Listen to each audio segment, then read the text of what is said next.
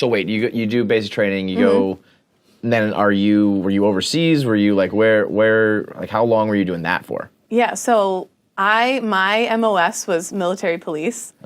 And there's two sides to it. There's the cop car and the people you see at the gate when you go through. Yeah. And then there's what's called field side military police, where all you do is train to go to other countries and train their police type deal, or their army or whatever. So that's considered like a more of a combat role. Right. And because they needed women who were tall enough, I'm 5'9". Oh, because there's so I got put in the combat side. God damn it. I didn't even know it was an option. I was like, I'm going to be a cop, and then when I get out, I'll be a cop. Yeah. Says old Blowski McGillicuddy. I don't know. So I didn't even know that was a possibility. And next thing you know, I'm in this like combat kind of unit. Definitely not infantry or anything like that. Right. But still. So I trained with them for a couple years, and when it came time to deploy, women were not allowed outside the wire yet, technically.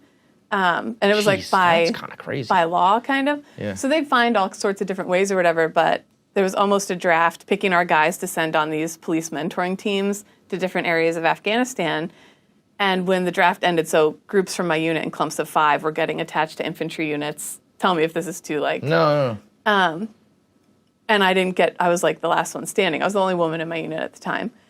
And I was like, what the fuck? I trained just as hard as these guys. I could keep up. I could do everything they could. And it like motivated me to be like, that made me better too. Be, like working with nothing but guys and wanting to show them like, fuck you, I can do it the same. Yeah.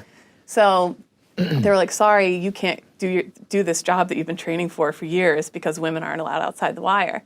What does that mean when you said the wire?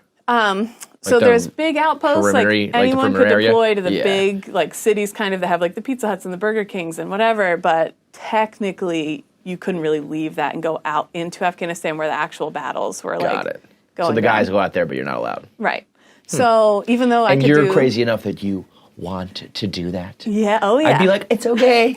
I'll stay here at Pizza Hut. Well, I've always been a huge peer pressure lady, and it sucks to be in the crowd when they're like, who here is deployed, who here's done this, and you're sitting there, you're like, well, I got tits in us, so I haven't done any of that. Yeah. So I had a really good staff sergeant who knew how bad I wanted to deploy, and also, these guys were like my brothers, and I felt like they were going without me, like I was getting left behind, like I wanted to be next to them and doing what they were doing. I wanted to deploy.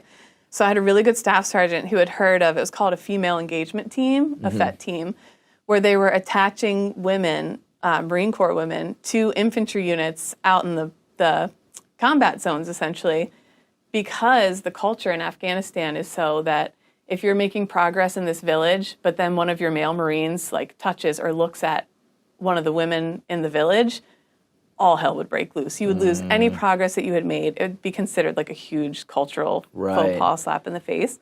So they were looking for women who were to attach these infantry units to like live out in the villages and whatever.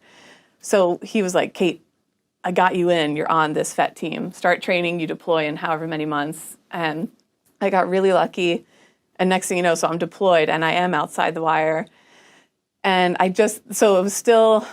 We still weren't allowed, so I would have to say, instead of saying I went on patrol with the men, it was like I took atmospherics and blah, blah, blah. Like I had to change all my reports and like whatever. God, it's crazy that's like not that long ago and there's still like that much, that was in 2010. Or whatever. Yeah. But I got sent to, it was called Marja, Afghanistan, and at the time, it was probably one of the top 3 most violent areas in all of Afghanistan.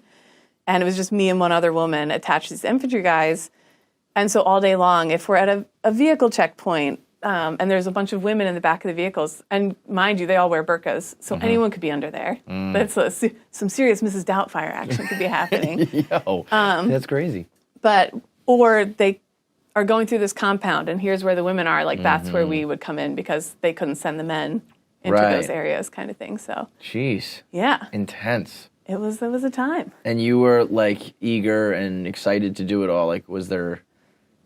Is there when you're in the military, is it more like, do you think about big picture stuff, or is really just like, following orders? Like, no. Like, are you thinking about like, are you morally opposed to what we're doing in Afghanistan, or should we be here, or what happened with Iraq and weapons of mass destruction? Like, is all that shit weighing into you, or is it just like, I'm here because I wanted to change myself, and I'm following the orders, and I'm good. Like, I'm doing it. It puts the lotion on its skin or it gets the hose. That was Yeah. very much my. Right. I feel like the troops get so heavily politicized. But if you came down to our level, you'd be like, oh, they have no idea what's going on. Right. They're just ripping well, heaters on. I was going to say, it's a so- very complex, like when you talk about Yeah. the big picture, and there's a lot of people who have their own reasons there that probably have nothing to do with the politics and the president and the global economy and Yeah. social this and that. It's like, I needed the money, I needed to change my life, whatever it may be, is like, there's many other reasons that I think you probably are not even beginning to think about the big picture stuff, right? Oh, yeah. At a lower level, most, like 90% couldn't care less about politics or any of that stuff. And especially once you're there, like all you care about is not fucking up so that you don't get the person to your left and your right hurt. Right.